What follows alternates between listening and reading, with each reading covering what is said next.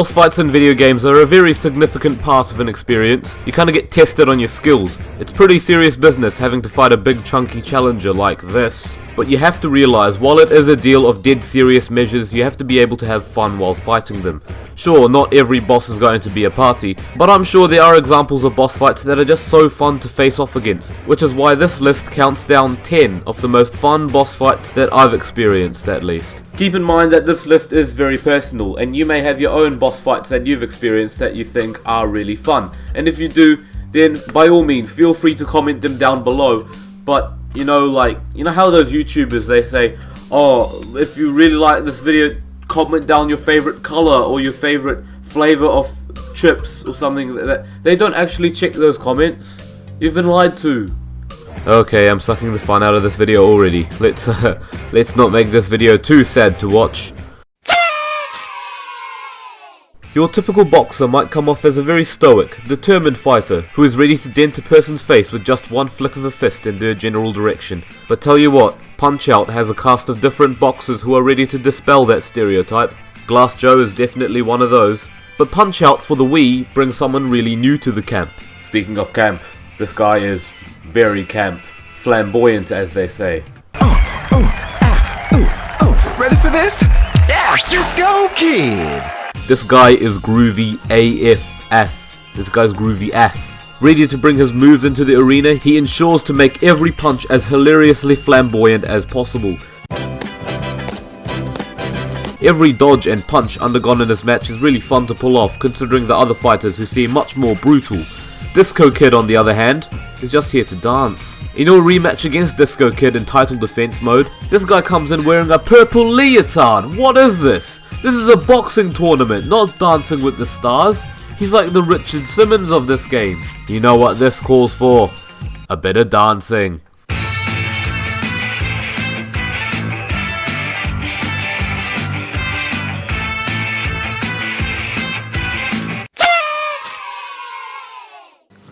Let's shake. No More Heroes has quite a lot of really fun boss fights I could have chosen from. I really liked how the two games in the series didn't really hold back on being crazy and entertaining, but when it really needed to be serious, it didn't fail on doing that either. One of your challenges in the first No More Heroes turns out to be this punky dude with this giant robot machine called Let's Shake. Except you don't get to fight him. Your half-brother Henry killed him before you could even move a muscle. It's not totally bad, but I would have at least liked to fight the guy. Well, look no further than the sequel, which lets you do exactly that. This machine is Dr. Let's Shake, and blows up your scheduled battle royale with just one blast. I mean, there's a trend of opponents just being killed for you, but this is overkill. A full stadium of assassins, you're having a laugh? In the fight with Dr. Let's Shake, he uses earthquakes to shake the ground and have bits of earth shooting up into the sky, using a laser beam to try cook you like an egg in a frying pan. Avoiding this is actually quite fun, even though he has only 2 attacks. Trying to avoid the earthquakes and then going up to him and just slashing him to pieces is not only incredibly gratifying, it looks pretty cool as well, and you'll enjoy every second of it. Hardware was affected, but my pride was not. Dr. Let's Shake's speech pattern is also very entertaining. He is very literal with his punctuation! Exclamation mark. Isn't that great? Question mark. Affirmative! Something I really like in a boss battle is when there's a lot to look out for. Not in terms of like a bullet hell level where everything's just all over the screen. No, I mean like over the course of the battle there would be a lot to take note of. A lot of obstacles, a lot of phases. I like that range of different things to look out for. A fine example is the final fight with Dr. Neo Cortex from Crash Bandicoot 3. This fight is probably my personal favourite against the evil scientist who looks like a rejected Lego minifigure. That head is so flat you could serve a cake on it. In this final battle there are 2 rivalries being fulfilled, Crash vs Cortex and Aku Aku vs Uka Uka. There are 2 sets of good versus evil going at each other, and I think that is so cool. The 2 masks fight each other on the arena, and you need to make sure that your battle doesn't interrupt theirs by avoiding the eye lasers, tornado and explosions. Meanwhile, Cortex is firing his plasma gun at you and throwing mind bombs around the place. Needless to say, you can't be half asleep while pulling this off, you gotta be looking out for the next attack coming your way. There's something so wonderfully fun about this fight. Maybe it's just the simple thrill of having to keep a sharp lookout for so many dangers while still being relatively fair. Or maybe how fun it always is to dunk Cortex into a ventilation shaft. Well, fun for you, not fun for him, obviously. Back to this idea of boss fights with a lot going on screen. Cave Story's got a lot of those. A lot. Considering how many times I died to Monster X and Balos, I'm surprised I didn't have a little bit of an existential crisis mid-gameplay. The penultimate fight against the Undead Core has a perfect balance between fairness and challenge, especially for Cave Story standards. Like, don't get me wrong, Cave Story has some really great bosses, but there are a few, just a select few, that are lacking in both categories. I mean, again, don't get me wrong, I really do like Cave Story's bosses. I do. I promise, I do. Basically, this is the core of the floating island you've been exploring for the whole game. If you destroy it, the island will fall, and at this point in the story you have no choice but to do exactly that. I mean, you are going to cause destruction to the habitat of an entire species of bunny creatures, but I guess sacrifices have to be made? The Undead Core, Sue, and Misery are all possessed by the Doctor Spirits, and they all have their respective attacks, and once one of them is knocked out, the others change their attack pattern to kind of fill in for the one that was just defeated. You know, to keep the difficulty flowing, you know what I mean, bruv. The core itself fires mini cores at you, which you can use as platforms, and occasionally it fires a laser. No big deal, just sweep the dust off your shirt and carry on. Misery can spawn a bunch of enemies to head after you. No problem, comprendo. They even leave behind love hearts and those nacho chips that level you up, so it's fine. Sue just twirls toward you. However, whilst all three things would be pretty okay if you're fighting them separately, this fight combines all three of those, so you've got yourself some tough times. It's a case of making sure you can dodge and attack 3 of those targets without them hurting you too much. But at no point is it unfair. You do get plenty of chances to fire back and plenty of space to move. It's a fast-paced, frantic but fun and fair fight. Hey, alliteration. EG is an indie game similar in style to Metroid, where you try to find an exit in a large alien-infested warehouse and blast them down with various weapons. Or you don't have to, there is a pacifist run. It gets quite dark at times and a little bit grungy with its story, where you find out that EG and her brother Dan are the only humans left on Earth. That's sad. They can't reproduce either. Well, they can, but it's just not a good idea considering they're, siblings. But in contrast, the general of all these aliens poses an extremely energetic, uplifting, and exhilarating final boss, which is odd, but I'm not complaining. And who would? You're finally going outside. Free at last! As General Tor stands in your way, you have to make sure to look out for his various attacks, including these things, and those things, and these things, and those things, and that thing. This boss has surprising simplicity. You have different phases of attacks. One of these attacks you deflect back at him, and obviously he gets more ruthless as it progresses. Your average kind of final boss fight. But it's the atmosphere that ultimately makes you enjoy this fight and have the most fun with it. As I hinted at before, EG's atmosphere and the stages are a little bit dark, gloomy, and rather enclosed within certain rooms and spaces.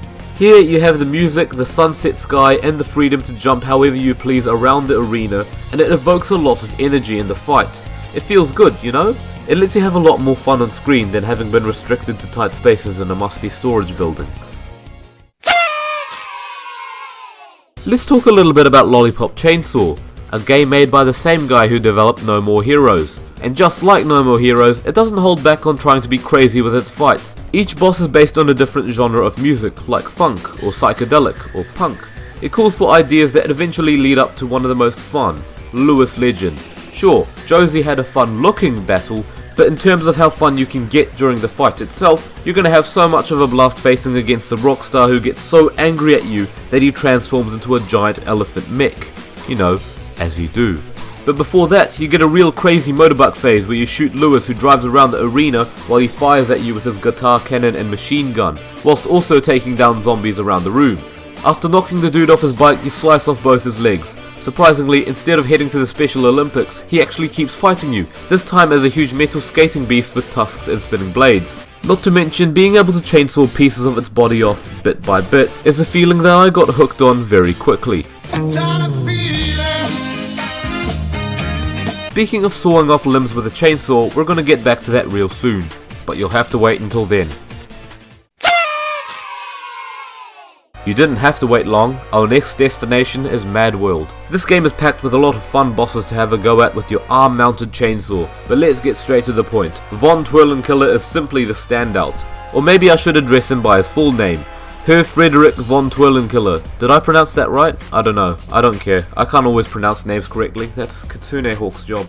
This guy has 2 wind turbines on his arms that can create tornadoes and wreak havoc across the street. Ooh, look, that tornado's carrying a car. Von Twirlenkiller quickly proves himself to be a very tough boss in terms of hand-to-hand combat. After all, you are getting punched in the face by wind turbines. I don't think that would be entirely comfortable. Fighting this guy is super fun, even despite how short the battle may be. Once you understand the guy's attack pattern and what you've got to do to avoid those attacks, you'll get right in there and saw his arm off. And at that point he decides to use his remaining arm to do a few more cool moves, like this mean ass spin kick.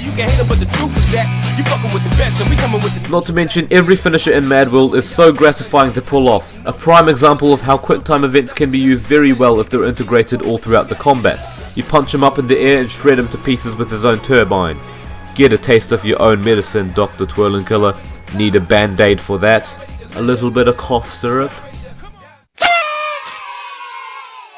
Hey, tell you what, every boss from Super Mario Galaxy 1 and 2 had a good chance of getting here. And if it wasn't the one I'm going with right now, it would definitely be Mega Hammer. He was cool. He was like Von Twirlenkiller, but instead of wind turbines, he had hammers for arms. Right, you know what? Can we start a trend of having more bosses with unexpectedly dangerous objects for arms? I want to see a boss with spatulas taped to his wrists.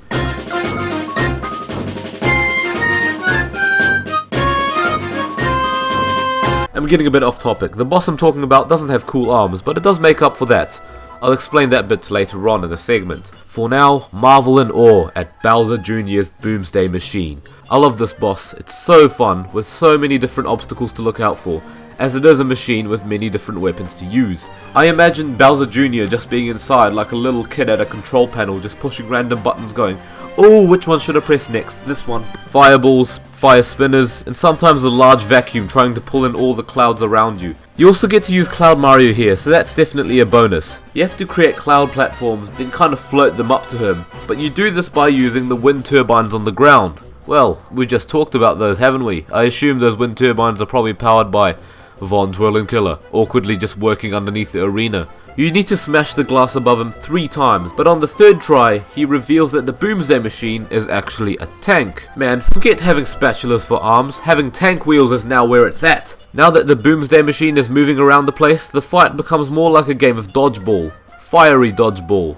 That's a sport we need to start playing during PE class. I really do appreciate the Boomsday Machine. Even just the name is pretty cool. But you know, even past that, you've got the fun premise, the various attacks, the arena itself has a nice atmosphere, and the use of the cloud power-up is great. Hey, you know what? Maybe Bowser Jr. does have some use after all. Cause up until now, he has been pretty rubbish. Fight me if you disagree.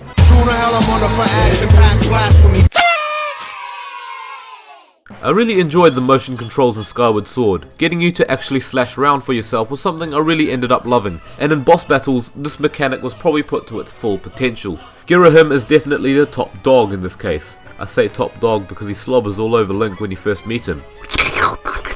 The final Girahim fight, on the other hand, gets really fun, as they let you use the motion controls to slice at this emo prick in tights. He's great. He seems really casual about attacks, just sort of giving you an opening to aim your sword through, just not even giving a single crap about what's happening. And every time you get a slash in there, it feels satisfying because you are the one who flailed your Wii remote across the room, allowing Link to do the same with his sword, except probably less clumsily. When you knock him down to the ground, it leaves Girahim's weak spot open, meaning his last resorts are a range of swords that test your parrying skills and even speed as he begins to try crush you with a large buster sword that needs to be chipped away before he swings at you with it again. In front of the telly with the 2 controllers in hand, this is incredibly fun, and in my opinion, the pinnacle of the sword play system, all topped off by a one of those. It's pretty fun. Hey, look guys, it's a #1 entry from Undertale. Oh my gosh, stop talking about Undertale. It's so annoying that everyone loves this game and genuinely wants to show their appreciation for such a good game. It's so overrated and people need to stop talking about it so much. Muffet is just, I feel, like She's just great. She doesn't contribute much to the story of Undertale, but somehow I don't think she really needed to in order to be loved. Muffet is the host of a heavily overpriced tea party who has a few bake sales going on, one at the start of the game and one before you actually face off against her. If you buy either a croissant or a donut from her bake sale, you can totally just skip Muffet's battle. But one, that's really expensive, 9999 gold! You're taking the piss! And secondly, just don't do it, she's got such a fun fight. She'll even pour you a couple spiders for tea. Oh, that's nice. But I'm not so keen, no thanks. I'll eat your curds and whey though. Muffet thinks you've been threatening her spiders, so she initiates a battle that has 3 very unique features. 1, you get to figure out what move is coming next by looking at this sign over here. 2, you can actually pay her so you can take less damage during the next turn. What a cheeky bribe. And 3, your soul turns purple, so you're only restricted to moving up and down these 3 silk threads over here. This calls for one of the most enjoyable fights in the game, really making good use of the one-time use mechanic as much as it possibly can, especially when she gets her giant spider pet Cupcake to chase after you. That does not look like any cupcake to me. Not only does it get your blood rushing, but it's also so cool to see yet another change in gameplay style, similar to the blue soul which turned it into a platformer, and the yellow soul which turned it into a shoot 'em up. The purple soul turns it into Frogger. Perhaps it's also the music that adds to how fun this fight is. Through the whole thing I was just dancing along to it. It's just so catchy. No wonder the spiders were clapping along. I think there's something pretty great about how brief her cameo in the game is, so you're only more likely to treat it as a bit of a fun break. Still not taking the cup of spiders though. I am MasterJakeStudios, and I promote a super duper end to this super duper video. Super duper, see you soon.